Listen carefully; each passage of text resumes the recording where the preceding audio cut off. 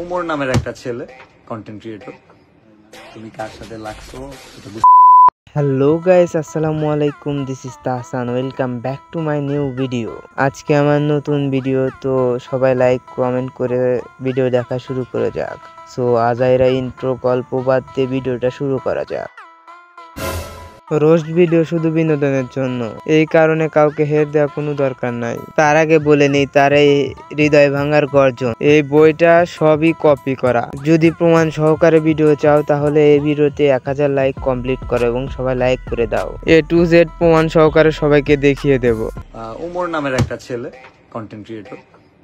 তুমি কার সাথে লাগছো এটা বুঝতেছ।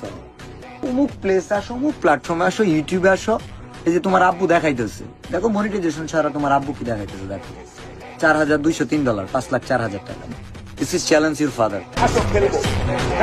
এটা দেখা যায় আমি ইউটিউবে ভিডিও বানাই, ইউটিউবে খেলো আমার লগে তা পারবো না। ওরা যে খেলে টিকটকে, কারণ টিকটকে আইটা ভিডিও বানাই লইব।